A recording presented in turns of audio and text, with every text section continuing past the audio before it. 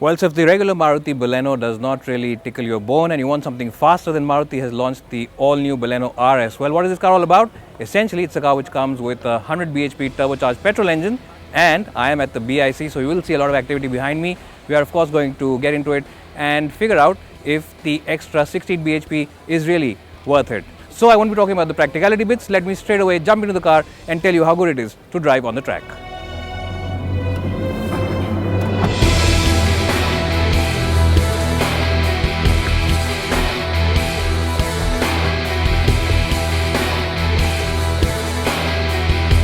Well, so here I am inside the Baleno RS now, and I have to of course wear this helmet because it is mandatory on the track and we are driving it at the BIC as just mentioned earlier. Now this car really is very impressive. Well, this engine is pretty responsive, and even the lightest of touches on that accelerator pedal will make this car lurch forward quite a bit. So it is pretty responsive and it is ultra responsive and goes with the sporty nature of the Baleno RS. Now in terms of specs, as you know, this car makes about 100 bhp of power. It's a 1 litre 3-cylinder engine. It's not a 4-cylinder engine like the 1.2 is. Now traditionally 3-cylinder engines aren't as smooth or as silent as 4-cylinder engines are, but even then this one is pretty good in terms of refinement, and it is well in the acceptable limits of refinement. Now that said, we are of course on the BIC, so we are checking its stability as well as handling. Well, now this Baleno comes with a 100 bhp engine, and remember, this car weighs less than a ton. Yes, this car weighs about 950 odd kilos, which makes it one of the lightest cars in this segment, and that lightweight means that the power to weight ratio of the Baleno RS is easily one of the best and definitely better than the VW Polo GT TSI. And what that means is that this car definitely feels a lot more quicker than that car in a straight line.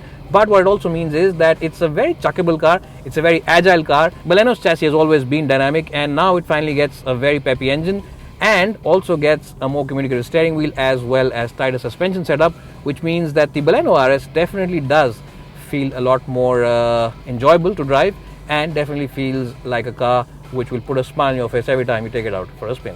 And it's definitely a car which you should try out on a racetrack because it is a very sporty car. Now, straight line stability of the Baleno has always been pretty good, and it's no different on the RS. Maruti has stiffened up the suspension slightly on this car, so you do get much better stability. It feels a lot more confidence inspiring than the regular 1.2 does. Well, the steering wheel on the RS has a lot more weight in it than the ultralight steering wheel on the regular 1.2 litre engine car, so it does feel a lot more sporty and it does feel a lot more communicative than the regular 1.2. And even though it's not as communicative as, say, maybe the VW Polo GT TSI steering wheel, it is pretty good in terms of overall responsiveness, considering that most people will use this car as their everyday daily commute to work.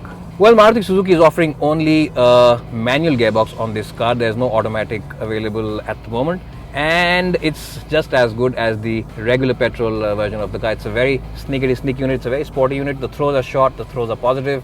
The clutch also is pretty light as well as very linear to operate, which means that gear changing should not be a big issue on the Baleno RS. Well, because of the stiffened up suspension, there's very little in terms of body roll on the RS. In fact, when you do push it into corners, like I have been doing all day on the racetrack over here, it does really hold its line very well. And as I just mentioned, there's minimal body roll, so that really does instill a sense of confidence in you. And it is in fact great news for anyone who enjoys taking his car up the hills on a very regular basis. Well, this engine is not only responsive, it's also an engine which really does build up momentum very quickly. And if you are someone who's not paying too much attention, then you might end up doing speeds which are illegal on Indian roads. So you have to be a little careful with that right leg. It is a very responsive engine, and it starts responding from about 1400-1500 RPM, which is pretty good. And it goes all the way up to its red line, which is about 6,500 RPM without any fuss whatsoever. So it really is a very sporty and a very good engine in that sense.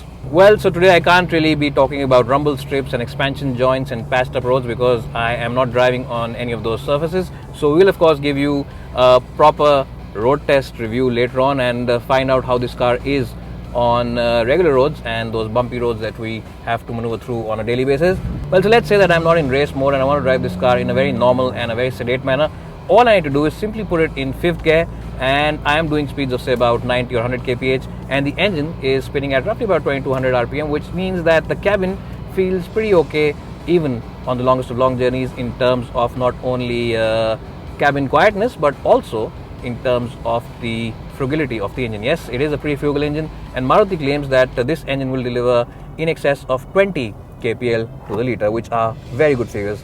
Well, now if there's one bit of nitpicking that I can do is that I can say that the exhaust note isn't really as sporty as I would have liked it to be. Yes, this is a car which has a lot of sporty pretensions, so the exhaust note could have been a little more sportier. At the moment, it just feels a little dull, and it does feel like you are driving a very average day-to-day car.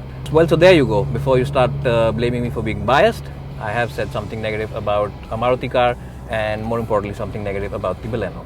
Well, the other big negative about the RS is the fact that the interiors on this car, the seat fabric, the dashboard, everything is exactly the same as the regular car, and that might be a bit of a turn off for some people who are investing say about 1.5 lakh rupees more on this car, because it has the exact same interior, the exact same dashboard.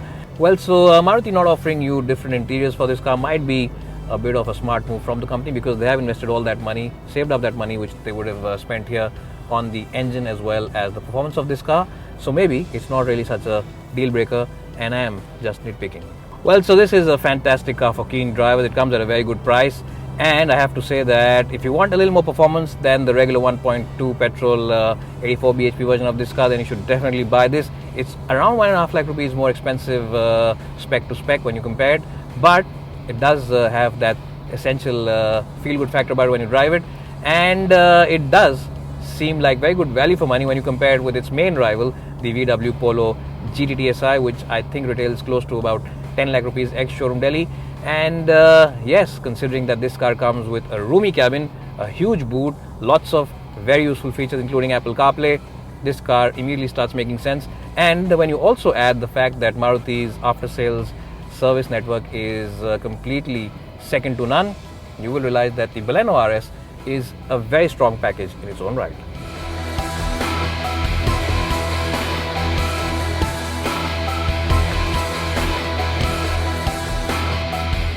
Well, so Maruti has made performance relatively affordable with the Baleno RS. It's a car which comes with a 100 bhp engine, but it also comes with a huge cabin, a very big boot, and loads of features, which means that it is a practical performance car as well. And if you're in the market for a petrol Baleno but want a little more zip and a little more performance, then this is a car that I would certainly suggest to you.